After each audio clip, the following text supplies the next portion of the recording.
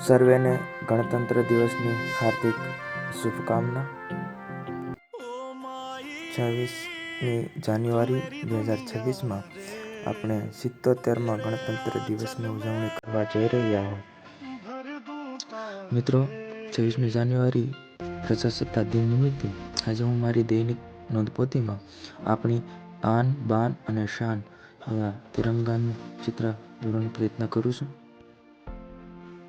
26મી જાન્યુઆરી પ્રજાસત્તાક દિન માત્ર તારીખ જ નથી, પરંતુ બંધારણની શક્તિ અને રાષ્ટ્રીય એકતાનું પ્રતીક છે।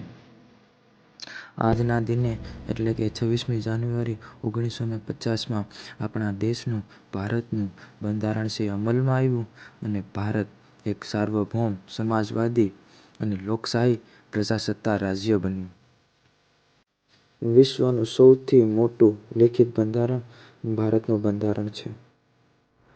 આમ તો 31 ડિસેમ્બર 1929ના રોજ પંડિત જવાહરલાલ નહેરુના અધ્યક્ષસ્થાને મળેલ લાહોર મુકામે રાષ્ટ્રીય કોંગ્રેસ મહાસભા અધિવેશનમાં પૂર્ણ સ્વરાજની ઘોષણા કરવામાં આવી હતી અને પંડિત જવાહરલાલ નહેરુ દ્વારા રાવી નદીના કિનારે પ્રથમ રાષ્ટ્રીય ધ્વજ ફરકાવવામાં આવેલો।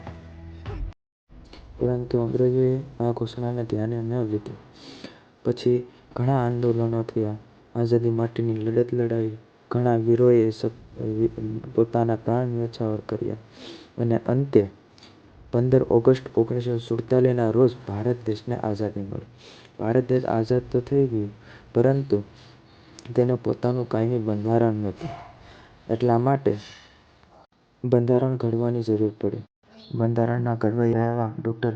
બાબા સાહેબ આંબેડકર તેમજ ડૉ. રાજેન્દ્ર પ્રસાદ અને સાથે સાથે સ્ત્રી સભ્ય સરોજિની નાયડુ અને વિજયાલક્ષ્મી પંડિત એમ કુલ 308 સભ્યો દ્વારા 166 બેઠક મળી અને 2 વર્ષ 11 મહિના અને 18 દિવસમાં આપણું બંધારણ સંપૂર્ણ તૈયાર થઈ ગયું અને આજના દિને એટલે કે 26મી જાન્યુઆરીના રોજ આપણું બંધારણ અમલમાં આવ્યું। જય હિન્દ, જય ભારત।